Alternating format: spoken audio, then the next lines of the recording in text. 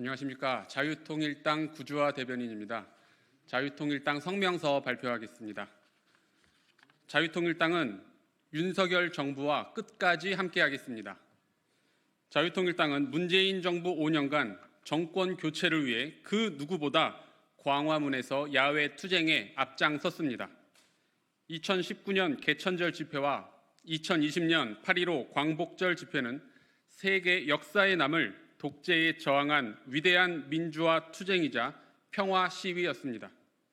지금까지 1,000만 명 이상의 국민들이 광화문 투쟁에 함께 해주셨고 2년 전 정권 교체라는 결과를 만들어냈습니다.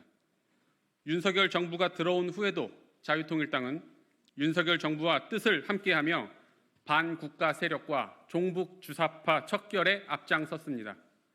민주노총 전교조 간부들을 국가보안법 위반 혐의로 고발하였고 우리 북한 김일성 주석 발언에 대하여도 더불어민주당 이재명 대표를 국가보안법 위반 혐의로 형사 고발하여 현재 수사 진행 중입니다.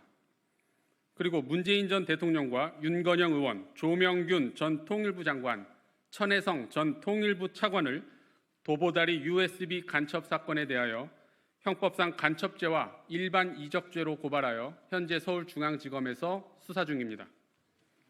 당 대표가 국가보안법 위반으로 압수수색을 당하는 등 최근 국회의원 출마로 말이 많은 통진당의 후신 진보당에 대하여도 자유통일당은 작년 5월 한동훈 당시 법무부 장관 및 대통령실에 진보당에 대한 정당 해산 심판 청구 청원서를 공문으로 제출하였습니다.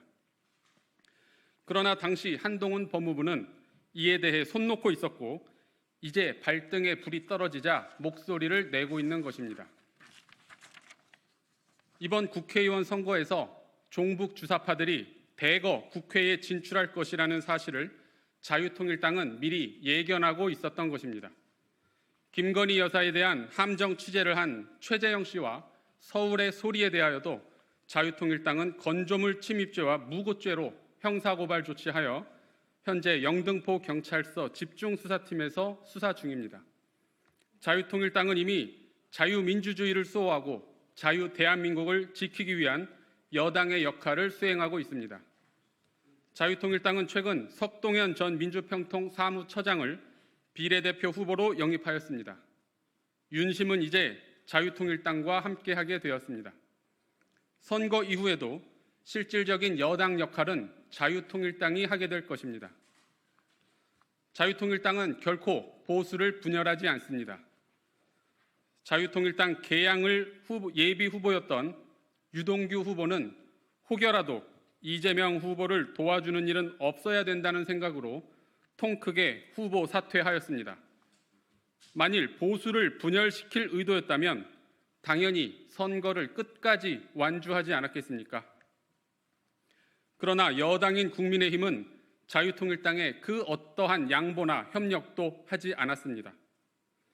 애국보수 국민들을 철저하게 외면하고 당에서 나가라며 내쫓기까지 하였습니다. 과연 누가 보수를 분열시키고 있습니까? 자유통일당은 자유민주주의 수호를 위해 언제든지 협력할 준비가 되어 있습니다. 종북 주사파들의 국회 진출은 이미 기정사실화되었습니다. 앞으로 국회에 진입하게 될 종북 주사파들과 과연 누가 투쟁하고 맞서 싸울 수 있겠습니까? 자유통일당밖에 없습니다. 자유통일당은 윤석열 정부가 바라는 자유통일의 길에 끝까지 함께하겠습니다.